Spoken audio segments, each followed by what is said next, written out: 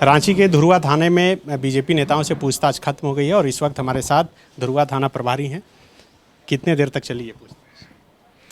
एक नॉर्मल प्रक्रिया थी, जो इन्वेस्टिगेशन का पार्ट होता है। 41 के नोटिस देकर बुलाया गया था उनका पक्ष जानने के लिए, वो अपना पक्ष रखे, बस यही बात है। कितने सवाल पूछे गए?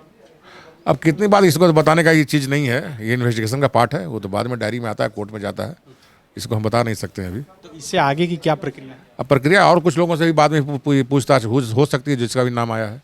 कितने लोगों को आपने बुलाया था आज पूछताछ के लिए? 5 लोगों को। कौन कौन थे? माननीय राज्यसभा सांसद थे दीपक प्रकाश जी, विधायक सीपी सिंह जी थे, नवीन जायसवाल जी थे, समरी लाल जी थे, एक अशोक बड़ाइक जी थे। अच्छा, ये लोग बोल रहे हैं कि पॉलिटिकल करियर में पहली बार ऐसा हुआ कि थाना में बैठाकर पूछताछ हुआ। ये कोई अमेंडमेंट हुआ है या नियम में ऐसा? नहीं, ऐसा कोई बात नहीं है। प्रक्रिया है, जांच का अपना अलग अलग तरीका है। तो ये अभी से ही शुरू हुआ, इससे पहले नहीं होता? नहीं, होता भी था। ये कोई भी नियम है कि आप 41 के नोटिस देकर के आप उसे पूछताछ के लिए बुला सकते हैं थाने पे। ये सीआरपीसी में प्रावधान है ये। तो ये सिर्फ एक बार या आगे भी अभी और पूछताछ के लिए बुलाया जा सकता अभी इसका कोई अभी नहीं बताया जा सकता है अभी। है? अच्छा, तो ये अब आगे चलेगा अनुसंधान इस पे? अब चलेगा। ठीक है। टोटल कितने लोगों पर मामला दर्ज हुआ है इस मामले में?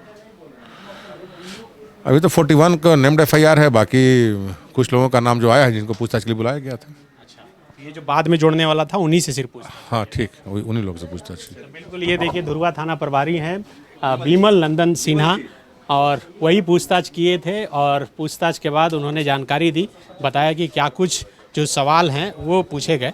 जो हालांकि 5 सवाल जो है बीजेपी नेताओं से पूछे गए हैं, वो 5 सवाल क्या थे ये हम आपको बता दे रहे हैं। हालांकि इन्होंने तो बताया नहीं। दरअसल जो 5 सवाल बीजेपी नेताओं से पूछे गए, वो पहला सवाल ये था कि प्रभात तारा मैदान में बीजेपी की रैली की परमिशन ली गई थी, किससे ली गई थी, ये क्वेश्चन मार्क के साथ ये सवाल पूछा गया। दूसरा सवाल था कि मंच पर प्राथमिक अभियुक्त यानी कि जिससे पूछताछ हो रही है के द्वारा भाषण दिया गया था। तीसरा जो सवाल था वो ये था कि यह जानते हुए भी कि धारा 144 लागू है, फिर भी आपके कार्यकर्ता द्वारा बैरिकेडिंग को हटाने एवं सचिवालय घेराव करने के लिए उत्तेजित किया गया। चौथा सवाल ये था कि लाउड स्पीकर से 144 लागू होने की बार बार सूचना देने पर भी आप लोगों द्वारा इसका उल्लंघन किया गया, इसके बारे में क्या कहना है।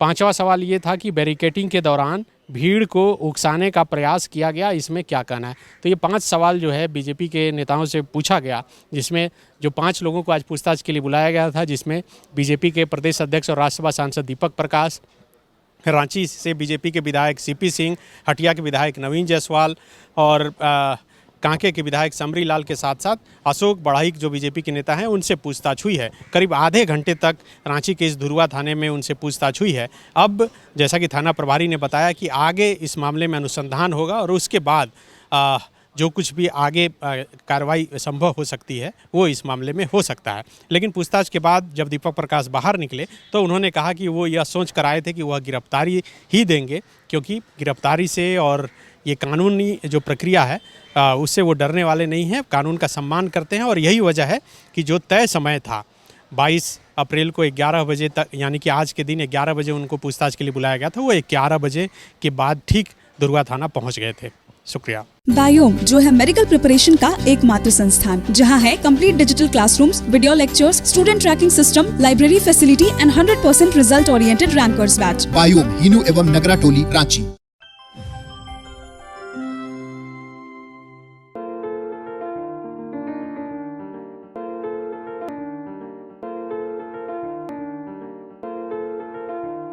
thefollowup.in. Like, share, and subscribe. www.thefollowup.in